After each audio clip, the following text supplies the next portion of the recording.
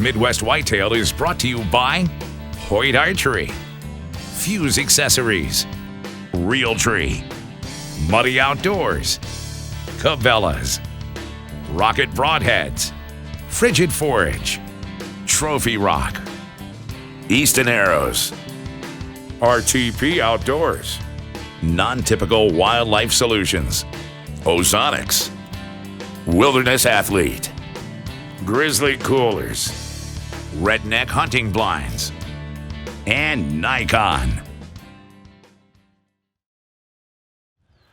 I've got the Genesis, it's the RTP Outdoors Genesis seeder out. I'm going to put my soybeans in starting today. We finally got dry enough conditions. There's about 2 days of dry here, then it's supposed to start raining again. Now I want to get as much of I've got probably about 15 acres I'm going to put into beans. I'm going to try to get as much of that done as I can over the next 2 days. There's two things you can change on the Genesis to get the right seeding rate. One is the gears, and they've got the extra one sitting right inside the hopper here.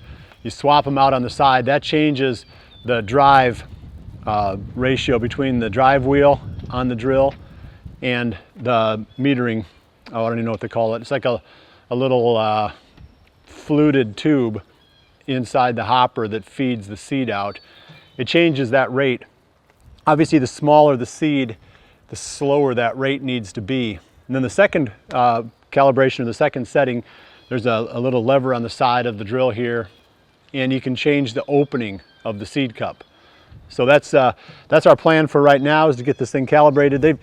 There's a method for doing it where you put something underneath and turn the drive wheel and measure how much seed you get for a certain number of wheel revolutions. And I can get that information available for you. I'll put it someplace in this video. I will put it in there as some kind of a footnote. But I took the lazy man's approach, or I like to call it the efficient man's approach, and I just contacted the manufacturer and asked them what settings I needed for soybeans. So I got that back, and I need, okay, looking at gears, I need the 62 gear on the bottom and the 58 gear on the top. So we're going to do that real quick, and I've got the seed cup set to the correct setting, which is 2 for soybeans, and we'll get this thing rigged up and get out to the field and start planting. So we need 62 on the bottom and 58 on the top, so that's over here. So this is the drive wheel. This contacts the ground when you're planting, and that's what makes that fluted shaft turn at the correct rate. And it's geared right through here. You'll see when I open this up, it's geared so that we can adjust the rate that tube spins.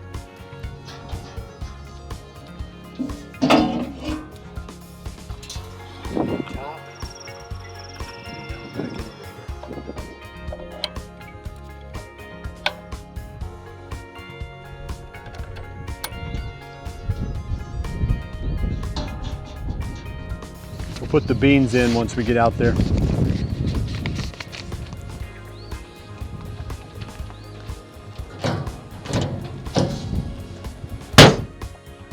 Usually every spring I try to figure out which parts of the farm would specifically have bucks that I'd be going after that fall, and then focus all of my food plot energy into those areas.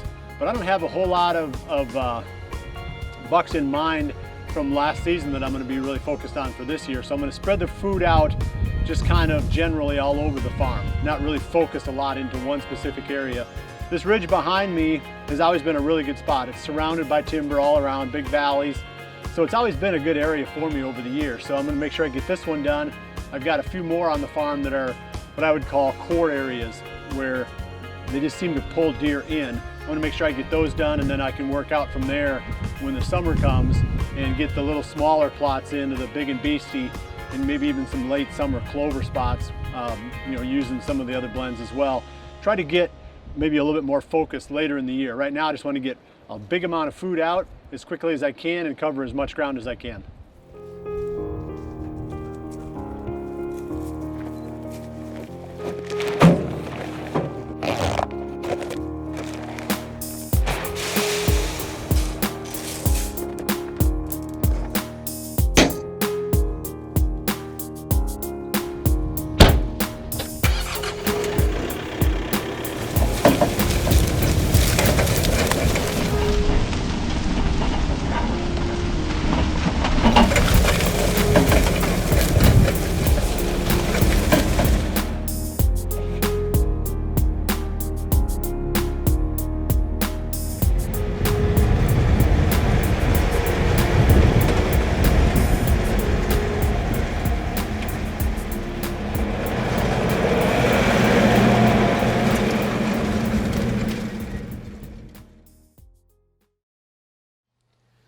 Well, Zach and I were going to try to get out on public land today and do some scouting, but it's raining. As most of you know, there's a big rain event right now pushing through the Midwest. It's cold, it's blustery outside, so we're stuck here in the office. And we thought it now would be a good time to discuss map scouting. It's something that we've touched on briefly in the past, but today I'm going to sort of dive off into one of these public areas and show you what we look for, the fine details of map scouting. Because if you want to kill a big deer, you've obviously got to find them, but before you find them, you've got to learn the property, and you've got to identify the spots where you can kill them. And I actually had a successful hunt on this property back in 2013.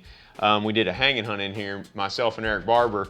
I killed a buck, and then shortly after, he got a crack at an absolute giant. It was the first time in the stand, and the way we got to that stand location was by spending a ton of time right here at the computer looking at maps. Right here I've got my Huntera map pulled up, but I'm going to discuss what features we were looking for when choosing this spot. As you can see, we've got about 1,000 acres here, public, private land mixed in, and it's a lot of monotonous timber. The nice thing with the Huntera maps is that we've got water, creeks running through here, ditches.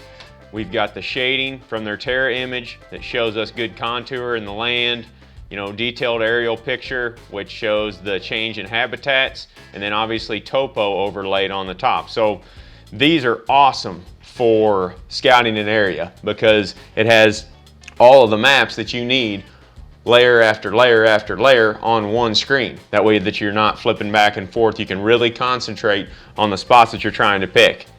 Right here is where we killed the deer. It was a southwest wind that day, and when looking at a map, we decided that we would be able to access a lot of these bedding areas in here with this creek.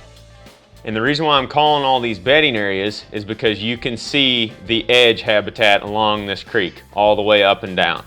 Now, what we were trying to decide on this day was where we could go in with a southwest wind of an evening hunt and catch a buck on his way from bedding to food following does. I knew that this was a little bedding area around this point right here, and you're going to see that edge habitat that I'm talking about. Right here is a brushy overgrown field. The cap of this ridge has got cedars mixed in, it's very thick, and then you've got a little creek ditch running down here and then the main creek down below. So there's actually multiple edges that come together right there in that spot, along with a thick ridge top. Now on a southwest wind, most of these deer were stacked up on the north side of this ridge in this thick stuff. Wind blowing out of the rest of the bedding area, and they were overlooking this little ditch bottom, which is wide open timber. It was a windy day, and that's how we got away with hunting this location. It was 15-20 mile-an-hour winds. If it wouldn't have been, there's no way we'd have snuck in there. We came up the creek and then began sneaking up that ditch very, very quietly and slowly. And the reason we were able to get clear up here at the top is because of that wind. We were sneaking past bedded deer. I think we actually bumped one doe out of the bottom here, but it was so windy that none of the other deer had any idea we were even in the area. So we snuck up here, got up on top of the edge of this ridge, right in between the bedding and the food on the private, and did a hanging hunt. And we were hanging that stand within 100-150 yards of these bedded deer back on the ridge. By sneaking all the way around that bedding area, we had the wind in our advantage, and we were close enough that we could ambush those deer during daylight, because as you see in that footage, Eric misses that buck right at last light. If you're out on that feeding area, you've got no chance at him at all. We had to be right in there in their bedroom. So there was a number of different factors that played into that successful hunt. You know, we were hanging and hunting for the first time. There was no human scent in there prior to that, and we were able to get in there with those high winds, but it all started right here on this map.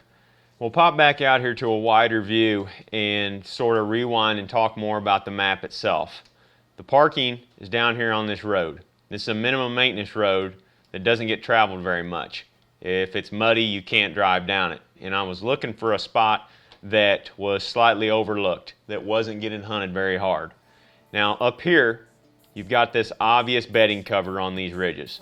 Really thick cedars, excellent habitat for deer to bed in. The problem is that it's very accessible for hunters. It's right here next to the road. There's several paths that lead straight up here to it. They can get right on the top of this ridge and then pile off and start setting up around this. And there's a lot of deer that bed in here, but the mature bucks are likely not going to be in there very often, just because there's tons of human scent in that spot. But if you notice over here, this bedding area that we chose doesn't look very thick at all. It's not very big at all compared to these other spots. But the reason we know it's a bedding area is because of that edge habitat that we keep touching on. Right here along the edge of that ridge, you've got cedars mixing in with hardwoods from the top and other thick, nasty hedge brush. It's only about an acre or two in size, but that was more than enough to house 10, 15 deer for the day and a couple of shooter bucks. If anybody's going to hunt that area, they're probably going to wait for a north wind. They're going to come in here from the road and they're going to hunt on the south end of it. There's lots of tree stands down here in this creek bottom, easily accessible from the road.